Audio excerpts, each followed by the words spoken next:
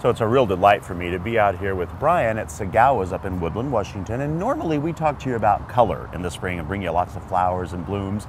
Well, we're going to do a twist and talk about some great new colors that are coming out in conifers. Now, Brian, we all remember years ago, this was the one, this was like the big yellow conifer, right? Yeah, it was. It was very, well, it's not produced very, it's in limited supply. It is. So, but yeah, it was found in a hunting trip up in Oregon, right up there in the mountains, and a gentleman found a nice, bright, shiny gold. It's like a dwarf lodgepole pine. It is a dwarf lodgepole, and it's called Chief Joseph, and so a lot of us know that. But man, in the last few years, breeders and plant huntsmen have brought in some wonderful things. So let's just start with this one. What is this one? It's fairly new. Well, I mean, this is the first year we've had it. We have it as Golden Duchess Eastern Hemlock. So it's a dwarf Eastern Hemlock. There's a whole wide selection of dwarf hemlocks in general. But this is introduced as an Eastern Hemlock, 2 to 3 foot tall, and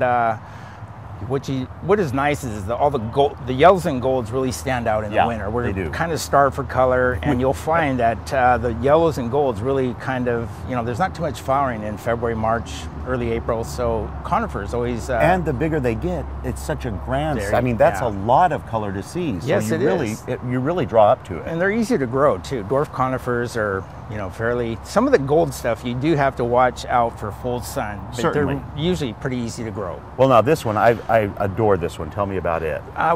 It's a dwarf golden spreader. It's a Norman fir is what it really is. And you can see it pretty much stays yellow and doesn't... Some of these change throughout the, like even Chief Joseph will change from they gold get greener in the summer. This one pretty much hangs on to that gold. Stunning. Yes, it is. It's really bright. And even if you had to do let's say from 3 or 4 o'clock on afternoon shade so it doesn't burn, that's even better, because then this brilliance in those darker shaded areas will really, really pop. Yeah, it lights it up out there in a nice, indirect area where sun isn't really too favorable there. Yeah. Well, now I don't see a lot of yellow on this one here, so tell me what this one was picked for. Well, what's neat about this one, when it produces its cones, probably right on April, May, the new growth emerges with these bright, really, I don't know what color you call it, magenta red or just... Really? Oh yeah, it's you can see the old ones here, but these would all be just have these, they're male cones, I believe, and they fall off, but the regular cone is like that. I don't know how to describe the red, but it's just a nice, stunning, I guess you'd call it. Just you notice it, don't you? Yeah, it's very showy, yeah. So this is it's a variety called Push, Norway Spruce, dwarf, like 2.5 foot, 3 foot tall. Very easy to grow. It's like a bird nest spruce, but not quite different. But it's the red cones that really show off. I think it's important to say that so far, up until we get to this last one, the rest of these really are not big needs of pruning. They're pretty slow growing and kind of smallish. Low maintenance is, smaller yards or just more concentrated areas. These work well. This one does get pretty tall. It's more like into the 6, 8 foot. And what is this one? This one here is Skyland's Golden Oriental Spruce. Yeah, very nice.